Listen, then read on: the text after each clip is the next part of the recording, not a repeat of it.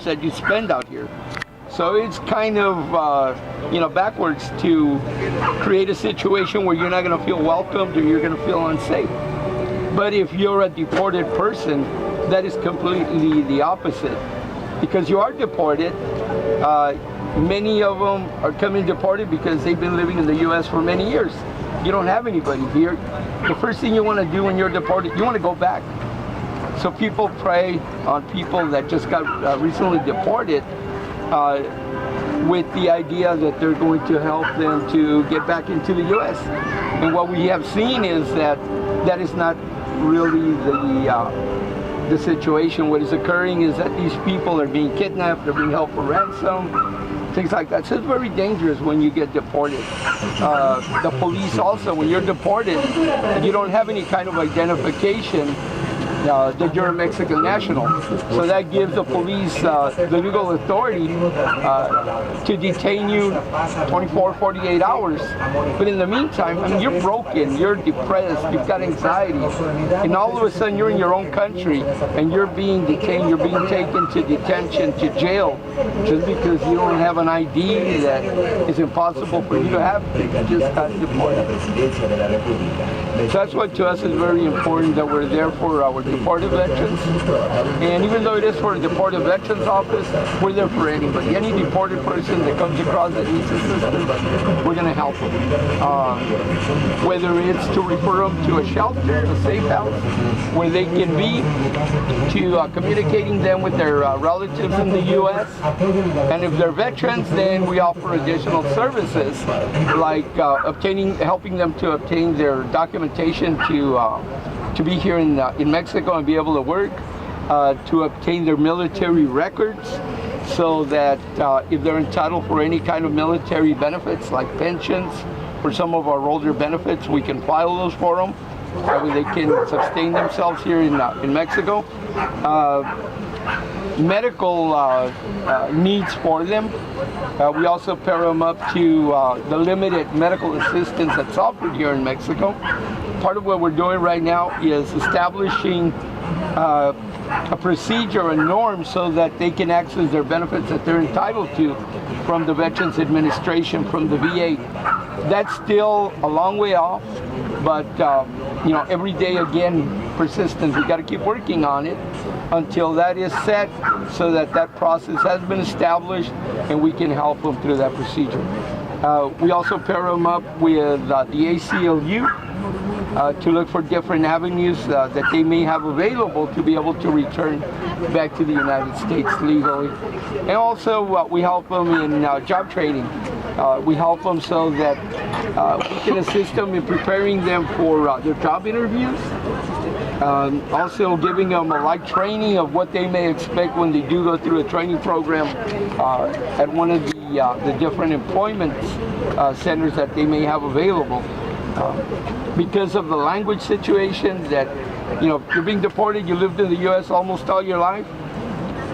That is a plus, because there's a lot of call centers here in Mexico. And those call centers, that's what they live on, because they're call centers from companies in the U.S. I work at a call center. The campaign that I work for is David's Budget Car Group, David's Budget Car Rental and Customer Service. So people like myself have that opportunity, and since we have that opportunity, we of course want to offer that same opportunity to other people that are being deported, so that they don't end up unemployed and on the street. Give them a little bit of an edge to become productive members here in their community.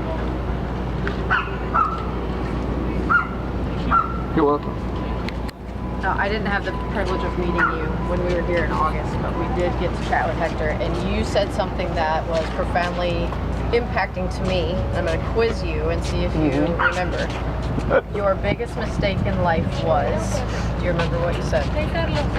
Thinking I was an American citizen? Being born on the wrong side of the fence. And that profoundly impacted my perspective on this whole situation. Well, my point of view is I serve my country. I'm an American. I was just born in Mexico. And that's how the majority of the veterans feel, because I've spent 45 years in the United States before I was deported. So the majority of us, we're Americans. We're just born in this case, Mexico. Just like you guys, we like hot dogs, apple pie, and football and baseball. We don't like soccer. Soccer. Oh, okay. Football. We don't like football. As of today, we like soccer. Okay. But which soccer team do you like? The Rams or the Minnesota Vikings? Steelers. The Steelers, yes. Did they win today? I have no idea. I'm kidding. They were losing. This score. These guys. That tells you how much we follow soccer. Thank you guys very much for your time. Thank you for your You're very service welcome. to our country. And Friendship Park, is there something else that we can actively do to support you guys in being a mouthpiece or whatever that might be? Absolutely. Again, you go to our website, www.friendshippark.org. Sign the petition, and we ask you, each one of you, to tell 10 of your friends to sign the petition. Also, we have midterm elections coming up here in November. Very important that the new Congress, that the new Senate that takes over in November is the Senate and is the Congress that is going to be working for the working class family, not for the greedy 1% politicians that all they want to do is line their pocketbooks. So we need to make sure that we're very vocal about our support in supporting those candidates that are going to be working for the working class family. You know, young people like yourselves, you should have the opportunity for higher education, period. Whether it's at a very low cost or at no cost at all. And when you have prototype border walls that are being erected, and President Trump is asking for over $18 billion to erect useless walls, when people like yourself need to have higher education, that is a disgrace. That is unacceptable. But that can only happen if he continues to have the support that he has from his Congress and his Senate. So it's up to all of us to make sure that that doesn't happen. That the new Congress in November, the new Senate in November, is such that will listen to the people, that will do what they need to do to help our youth have the opportunities that they need to make the United States continue and be the greatest country in the world. It's not right now anymore, but it's going to be up to you, every one of you, to change all those stubborn, all those hate policies that have been established. It's a big struggle, a big burden on your shoulders, but it's going to be up to you to be able to make that change. Thank you. Thank you guys very much. You guys are welcome. Very nice meeting you guys. And anytime, we're here every Sunday. And if you're crossing on foot, we're right by the Chaparral point of entry, approximately 40-50 yards from the deportation gate. That's the Ped West. Ped West. That's where we go for Century. They're right there on the left. No, that's No, I see them. okay. So anytime you come by to Tijuana, stop by, say hi. Good. Thank you. So you guys are more there, not here. Well, we come here to do like a community service for the church service, and we feed the people here. So that's what We're here every Sunday, but the office is Monday through Friday. This office. That's still an office for That's No, border. No, that's for Border. that's Border Angels right there, the embassy. You're all doing good work.